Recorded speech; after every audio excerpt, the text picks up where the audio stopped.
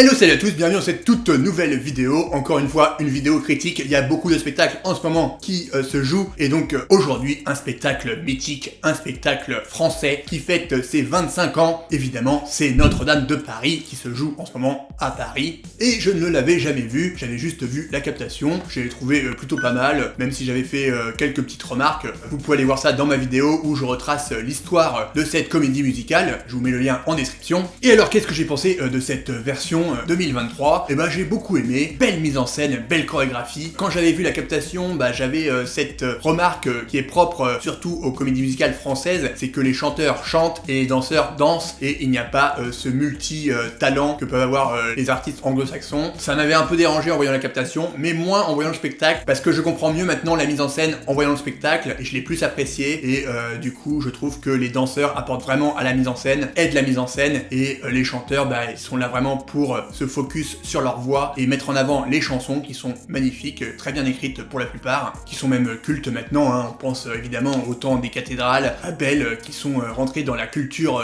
populaire française, tout le monde les connaît maintenant, et donc c'est superbe, un petit peu long, je trouve que sur l'acte 2 ça met un peu de temps à finir, un petit bémol mais sans plus. Les décors et les costumes, c'est ça qui est bien, c'est qu'en fait ils avaient fait des choses qui n'étaient pas forcément très datées, et du coup 25 ans après, ça marche encore, c'est ça la force de cette comédie musicale.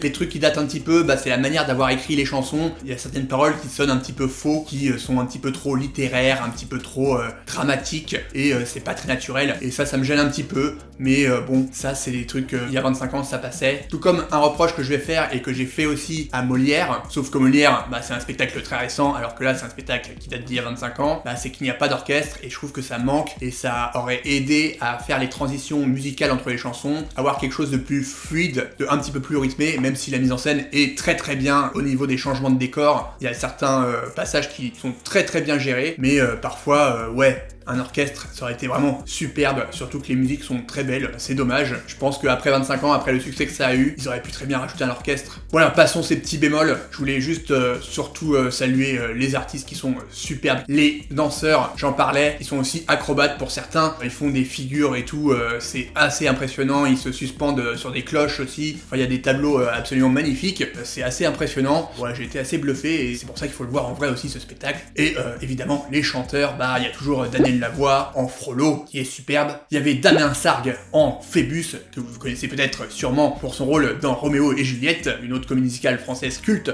Super aussi, il assure, ils ont des très belles voix tous les deux. Alizé Lalande, moi que j'aime beaucoup aussi, en Fleur de Lys, que vous avez peut-être vu dans Grease, au Théâtre Mogador. Et je voulais faire surtout, moi, un gros coup de cœur sur celui qui joue Gringoire, qui s'appelle Real Marco Chiareretti, je sais pas si je prononce bien son nom, mais bon, c'est un italien, vous l'avez deviné, mais qui a une superbe voix, qui danse et qui joue très bien. Voilà, gros coup de cœur sur lui, ce rôle, il l'a vraiment dans la peau, il gère absolument, et frisson au début quand il a chanté Le Temps des cathédrales. Donc voilà, gros coup de cœur sur lui, allez le voir, rien que pour lui, ça vaut le coup. Voilà, globalement un très bon spectacle, même s'il a 25 ans, ça a pas trop vieilli, ça va. Donc je vous conseille ce spectacle qui joue pas très longtemps à Paris, donc allez-y, foncez avant qu'il soit trop tard. Voilà, donnez-moi votre avis sur cette comédie musicale en commentaire, j'aime bien avoir vos retours, et n'hésitez pas, si cette vidéo vous a plu, aussi à vous abonner, ça me ferait très plaisir. Je vous dis à bientôt pour une prochaine vidéo, et d'ici là, prenez soin de vous, allez voir des spectacles musicaux. Ciao!